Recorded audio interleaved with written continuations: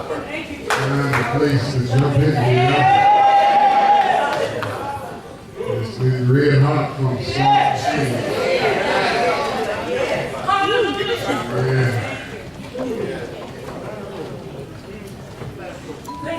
When you study the New Testament, you notice that the Apostle Paul giving credit to over 2/3 of the New Testament.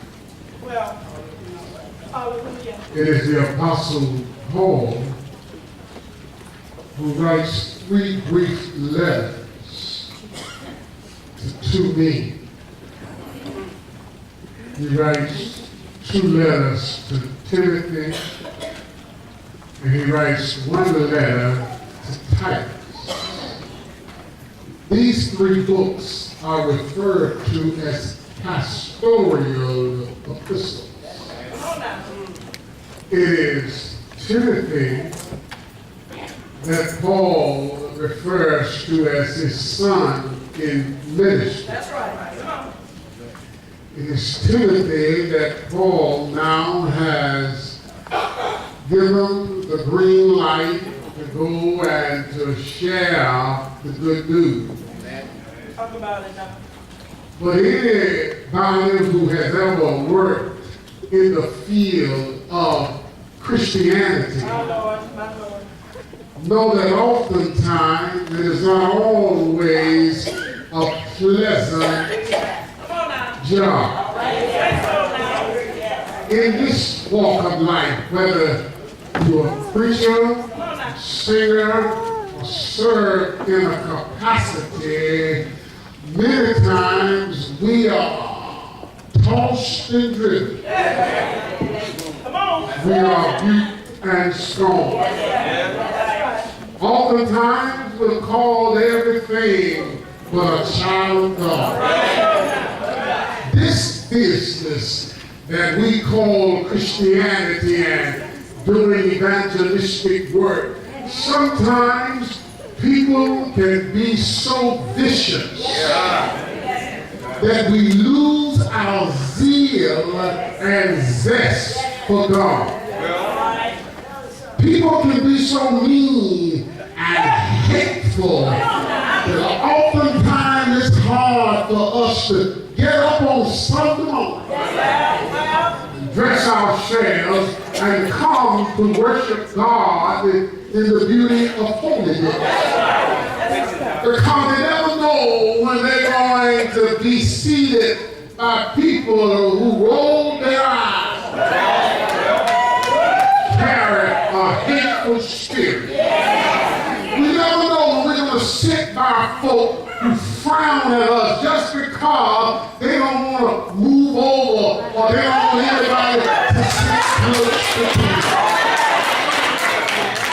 And so, if you're not careful, you'll find yourself Saturday night saying that there's no way I'm going to be with that crowd this morning. I'm going to just turn my TV on and listen to a TV evangelist.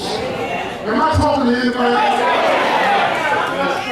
And this is what Paul now in the book of 2 Timothy. I want to tell you that now Paul is at the end of his journey. He's writing this letter from a Roman prison. He's just about to go before execution at Nero's chopping block. His son in ministry, Timothy, has seen how Paul has said that Demas has forsaken me. And Luke is the only one who's standing by my side. Timothy has seen how Paul has been shipwrecked. He's seen how Paul has to deal with people who always try to take him out. And now Timothy has lost some of his enthusiasm about the gift that God has put in him. He got excited happy because of what the folk have been doing to the Apostle Paul. Paul writes this letter that we call 2 Timothy. And he charges him, he tries to encourage him that Timothy, everything will be all right. Let me just read that verse. 2 Timothy chapter 1, verse 6 reads, "Wherefore I put thee in remembrance that thou stir up the gift of God, which is in thee by putting on of my hand." He said, Timothy, keep the zeal, for God had not given us the spirit of fear, but of power and of love and of a sound mind.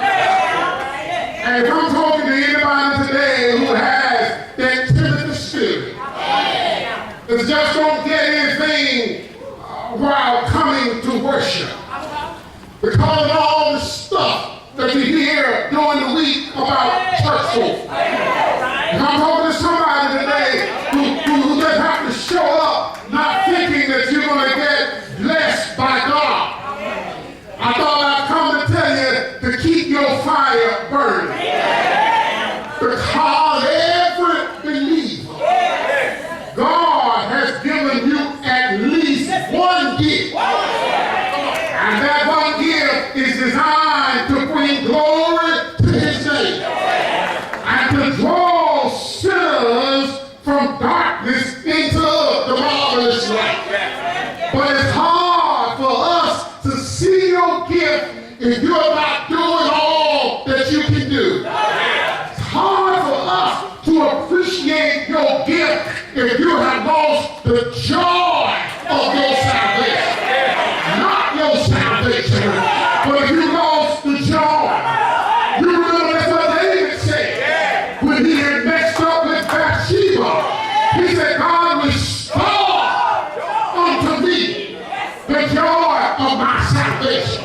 Yes, time has come and gone for us to sit in this place with no joy and no excitement and no enthusiasm. May I prove a point? Because in verse 6, Paul said, Timothy, remember what God has done for you. Remember the gift that God has put on the inside.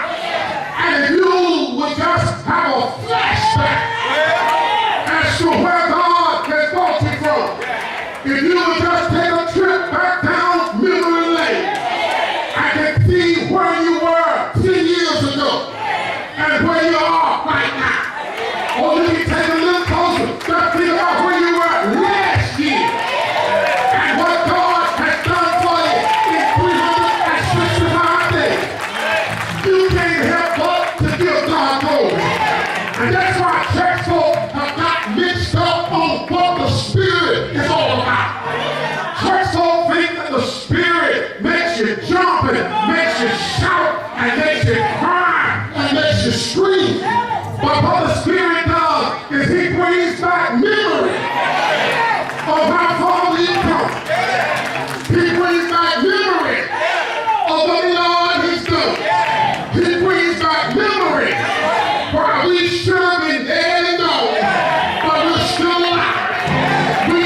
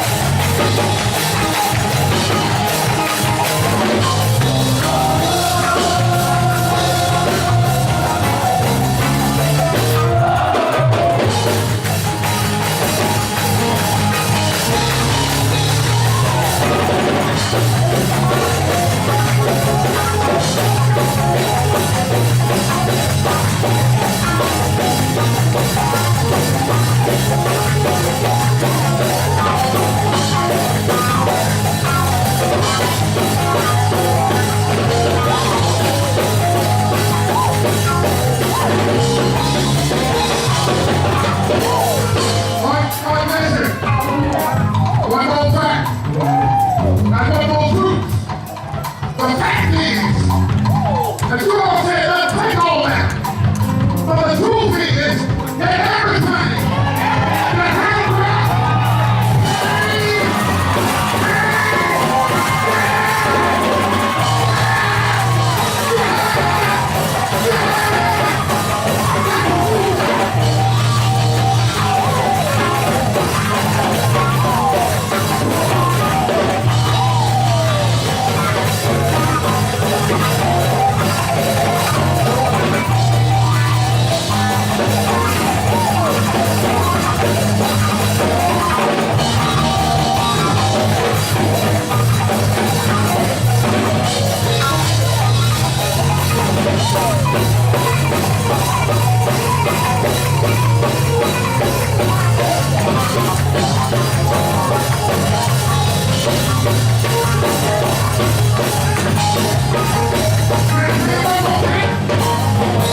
the fact is that I don't see how I can make it.